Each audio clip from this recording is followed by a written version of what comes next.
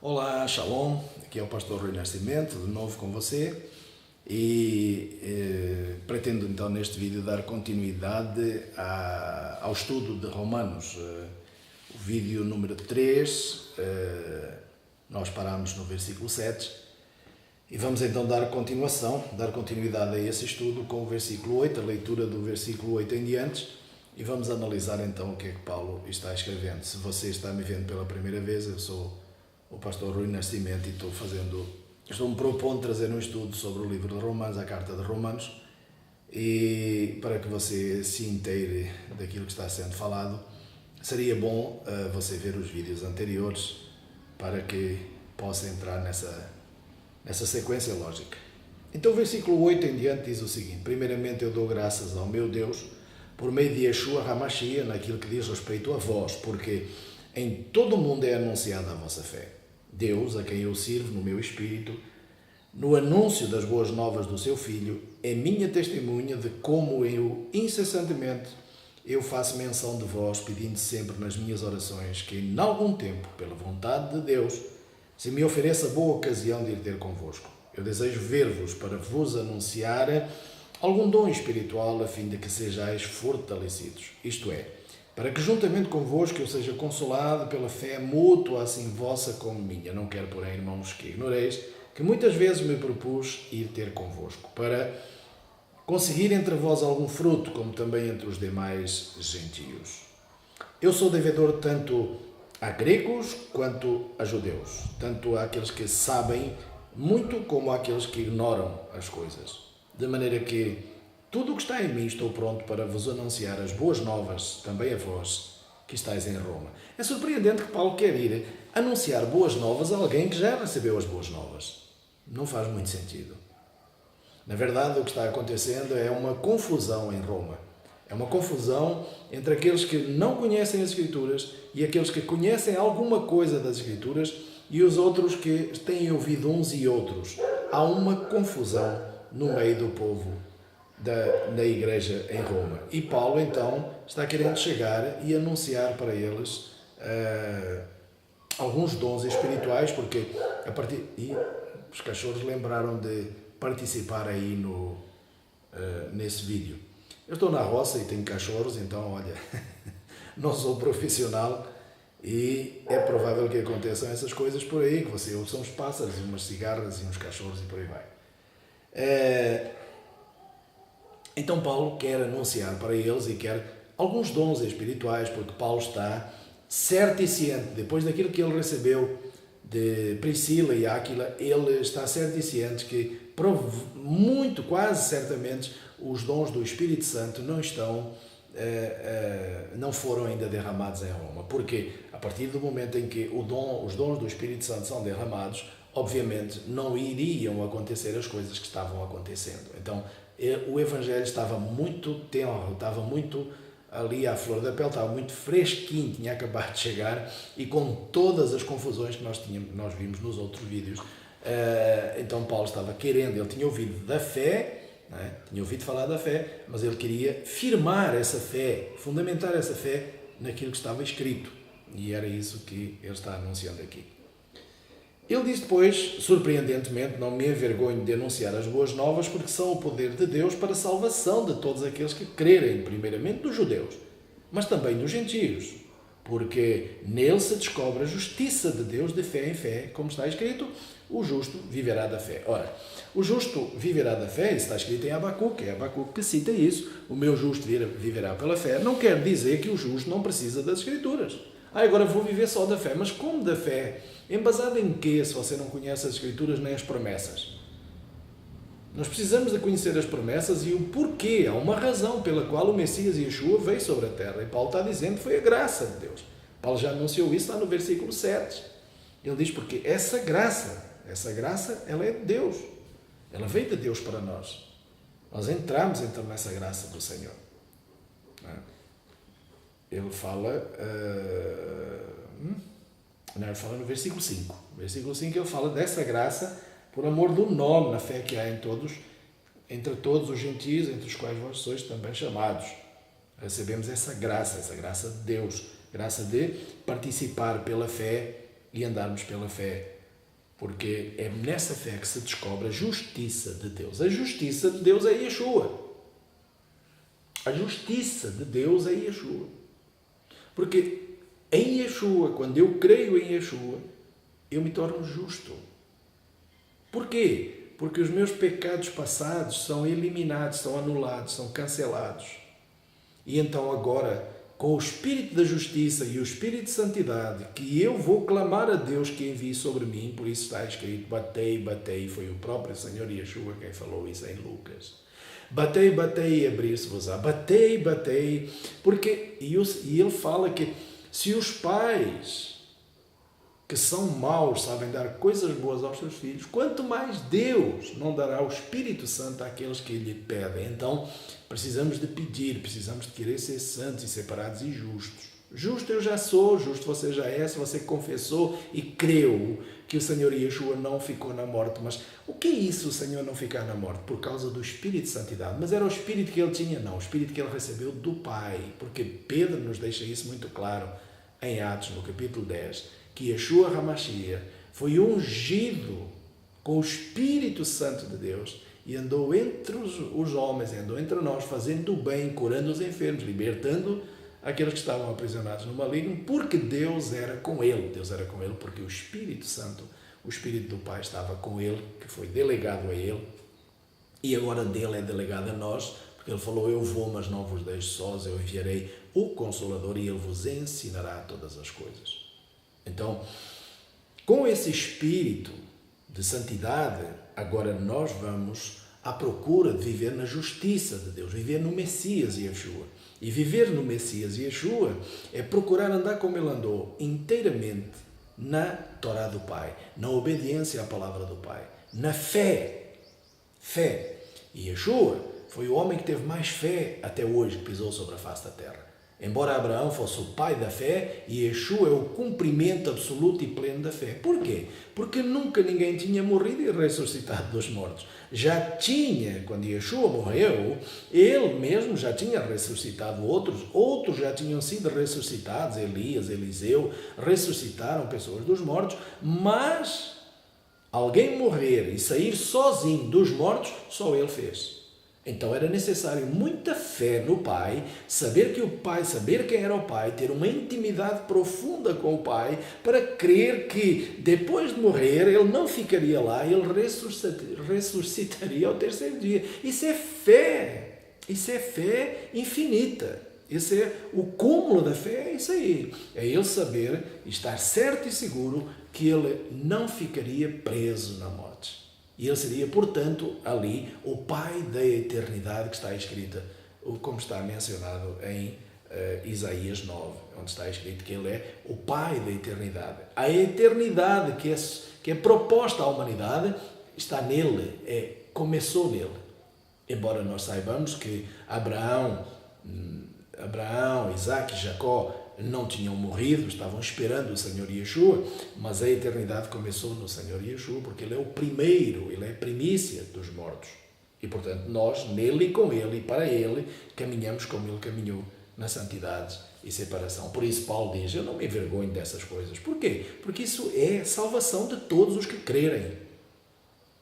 Agora, eu crendo, você crendo, você precisa buscar a Torá, saber qual é o desejo, qual é a vontade do Pai, para andar na vontade do Pai, para seguir os passos do Filho. Como é que você vai seguir os passos de Yeshua não conhecendo a vontade do Pai?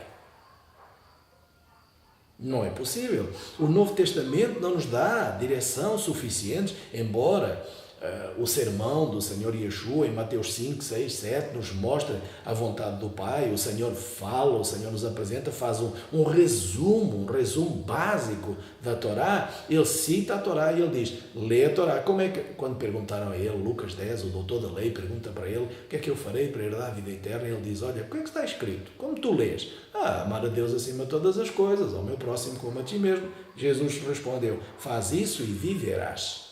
Ele diz, vai lá, vê na Torá o que é que tens de fazer, faz e vais em frente. Mas como você, eu, todos nós, já andamos fora, já não estamos dentro da Torá, precisamos de alguém que nos coloque lá dentro. E esse alguém é Yeshua HaMashiach. Não há outra forma de entrar a Deus, na graça de Deus, pela fé em Yeshua HaMashiach. Não há outra maneira, porque todos estamos sujos, todos caímos, todos estamos condenados à morte. Estávamos, aqueles que não criam.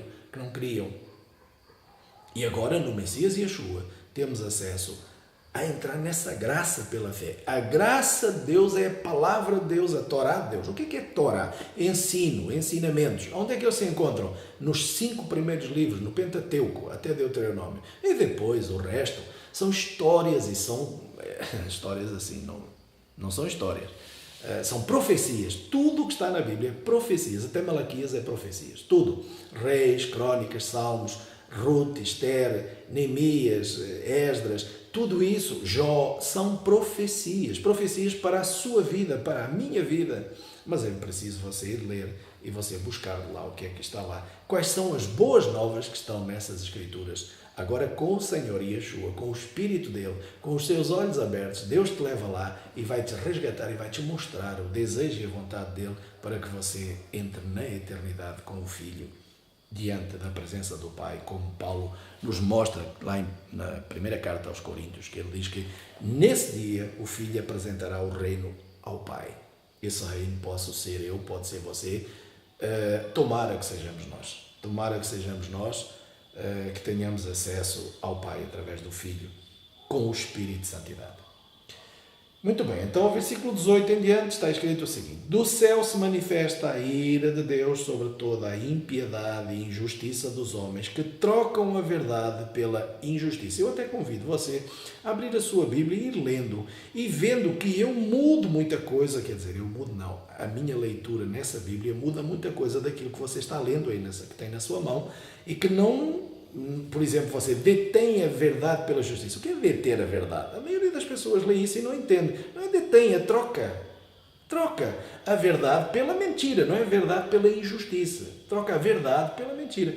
Então, você vê que eu faço umas adaptações na minha leitura para facilitar o entendimento, porque isto aqui está escrito de uma maneira muito arcaica, de uma maneira muito esquisita, que leva a maioria das pessoas que não têm, até muita gente não tem um conhecimento profundo de leitura, de pontuação, de português, não vai entender muito o que está escrito aqui. E é necessário que se entenda o que é que está escrito. Então, Paulo diz que trocam a verdade pela mentira, porque, visto que aquilo que de Deus se pode conhecer, nele se manifesta, porque Deus lhes manifestou.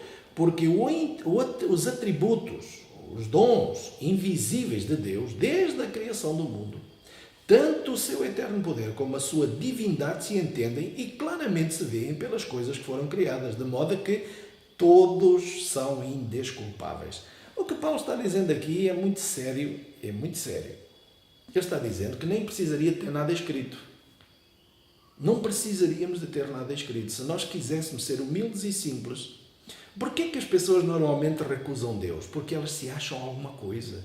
Porque as pessoas andam à procura da sua grandeza, cada um à procura de ser maior que o outro. Todos querem crescer, todos querem ser grandes, ninguém quer ser pequeno. Todos querem ser grandes.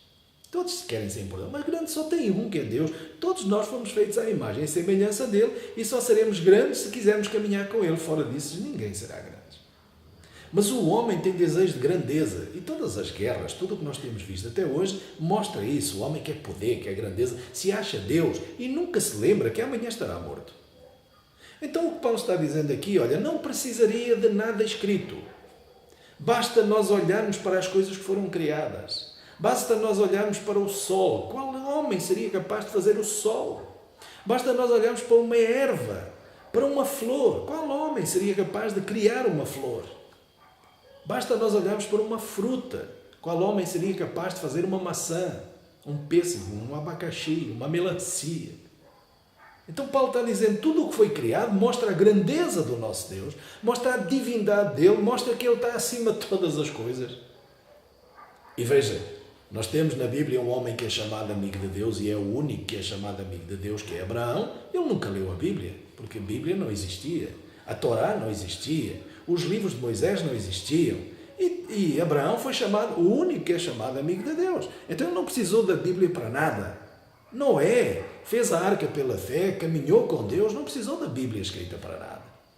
Abel foi oferecer uma oferta perfeita, levou aquilo que Deus necessitava e mostrou para Deus que ele estava ligado com Deus, quando ofereceu um cordeiro, o melhor do seu rebanho.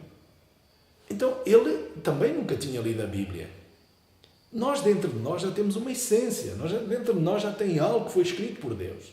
Quando ele soprou dentro de nós o seu âmago, o seu espírito, a sua força e o seu poder.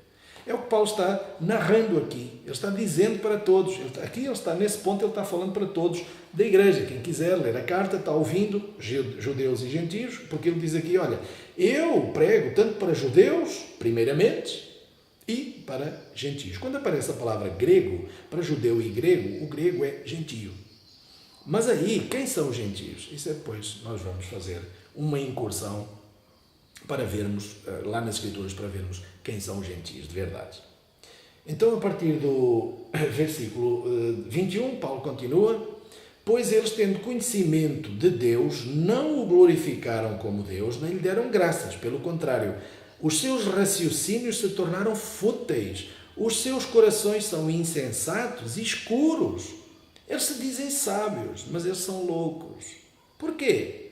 Porque tornaram-se loucos e mudaram a glória de Deus, que é incorruptível, imortal, não se desfará nunca, e compararam-no com coisas semelhantes a imagens de homens que são destruídos, assim como aves, quadrúpedes, répteis. Então Paulo está dizendo, olha, compararam Deus com essas imagens que eles fazem aí. Você vê que o exército romano tinha uma águia enorme nas suas bandeiras, que era o Deus deles, o Deus das vitórias. Então, eles adoravam o quê? Pássaros, adoravam animais, adoravam tudo e mais alguma coisa, os romanos, os gregos, e esses judeus que estavam lá no meio, que eram uma parte de gentios, que não tinham a Torá e que tinham sido dispersos entre as nações, estavam também adorando esse lixo. Por quê? Porque Deus já tinha falado que ia fazer isso com eles. Se você for lá em Deuteronômio, Deus já anuncia que vai espalhá-los pelas nações, Deuteronômio 4, Deuteronômio 10, Deus anuncia que vai espalhar o povo de Israel entre as nações, e quando eles andarem entre os deuses de pedra, de pau, de barro, de madeira, e forem apertados na sua angústia, clamarão a Deus e o encontrarão. E Deus também fala em Ezequiel, Deus fala através de Jeremias, Deus fala através de Oseias, que espalhará essa nação, as 10 tribos do norte e mais as 2 do sul, serão dispersas entre as nações, mas basicamente Israel, que são as 10 tribos do norte, serão dispersas entre as nações e andarão lá adorando deuses de pedra. Mas aí buscarão a Deus. E é para esses que Paulo está escrevendo, para esses que estavam adorando deuses de pedra. E Paulo está dando para eles um sinal. Paulo está dizendo, olha, eu estou-vos anunciando as boas novas, porque agora eu sei, nós sabemos, Deus sabe, que vocês estão adorando deuses de pedra.